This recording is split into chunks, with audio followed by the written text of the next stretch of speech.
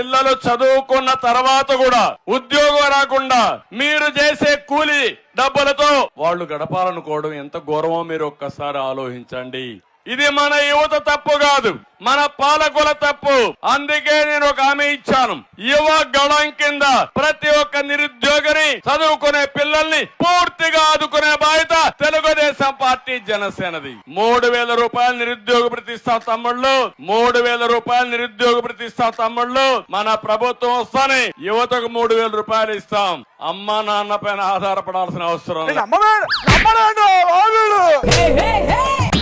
నిరుద్యోగులకు బడ్జెట్లో మీరు ఎంత చెప్పినారండి? నిరుద్యోగులకు 20 లక్షల మందికి మీరు 3,000 ప్రకారం ఇవ్వాలా నెలకు. అంటే ఎంత ఇవ్వాలా?